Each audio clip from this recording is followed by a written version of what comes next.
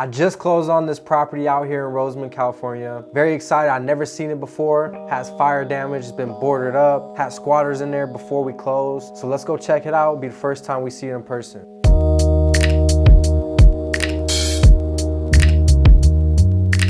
Right now we're heading to Rosamond, California.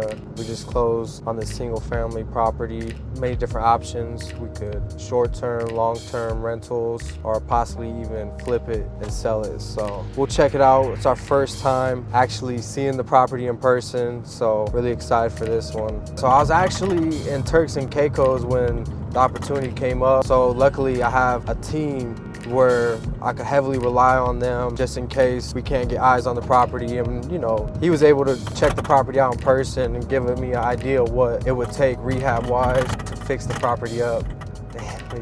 Like I said, I'm excited about this one because, you know, obviously we flip houses. We never actually get the opportunity to hold on to these assets just because I love selling, you know, so I'll get an opportunity, we'll buy it.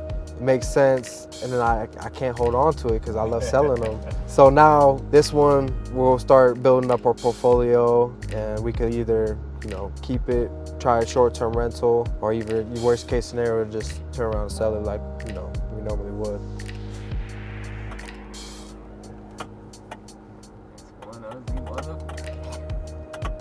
It's ugly and beautiful at the same time. It's beautiful.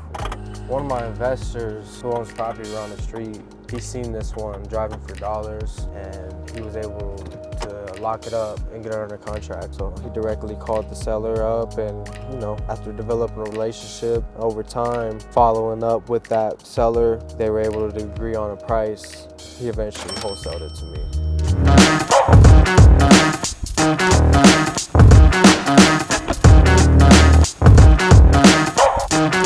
Sitting vacant for a while. Squatters got into the property. We're trying to keep warm. Out here in the Mojave Desert, you have extreme climates, which means it goes from extremely hot till all of a sudden it's extremely cold. So in order to keep warm at night, they started a fire. More than likely is the case. We had to demo everything out, clean it up for the city.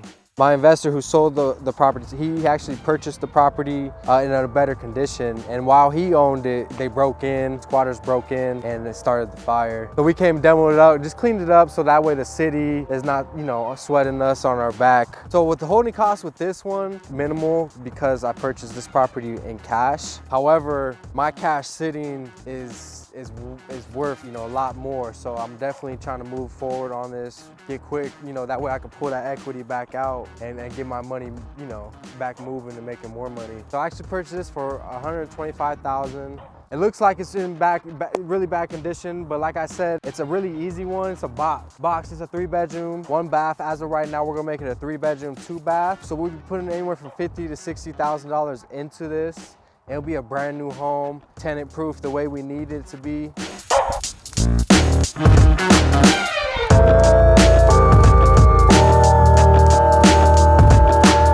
This is not a light cosmetic rehab. This is a heavier rehab where we're having to replace the roof, brand new windows, brand new siding, and you know, brand new home in general, electrical, plumbing, and so forth. Luckily, this home right here is a box, flat roof, and it's very, very small square footage. So it shouldn't be too much of a hassle, and it's, you know, it's not for a new beginning investor for something for them to take on.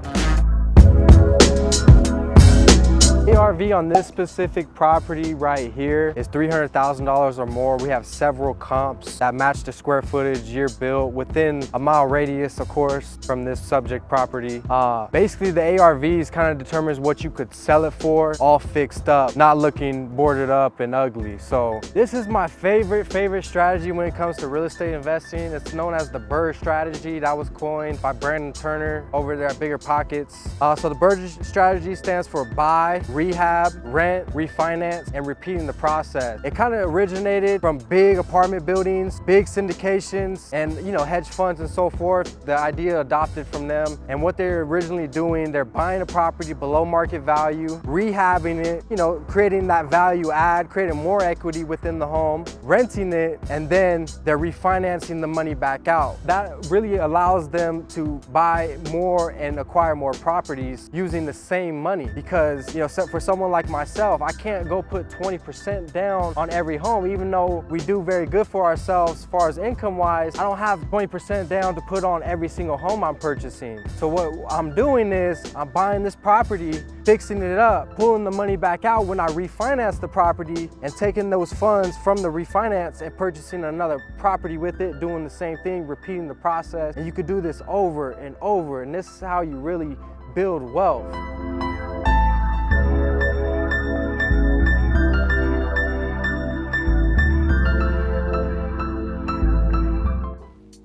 All right, so let's talk numbers. How was I able to figure out if this was a good deal, whether I should sell it, or if it fit my box to buy and hold?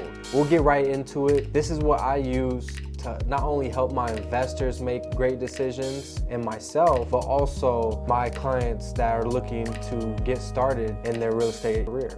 I determined this was a great deal by plugging in the numbers to the calculators that are already created for us. Well, I like to use the Bigger Pockets calculator. It is free for their members. So let's look at the numbers. The reason why I was confident enough to move forward on this deal without even having to see it in person is because I know what I could sell it for, I know what I could buy the property for, and I know how much work is necessary to bring it up to where it needs to be in order to get top dollar. The beautiful thing is I could list it, get top dollar, or I could decide to refinance it while pulling all my money out of the deal and collecting cash flow every single month. And another quick tip is using the depreciation from the asset to pay less in taxes. If you're looking for deals like this in California, or you already have a deal locked up and you want me to analyze it with you, make sure to comment, like, and subscribe to this channel.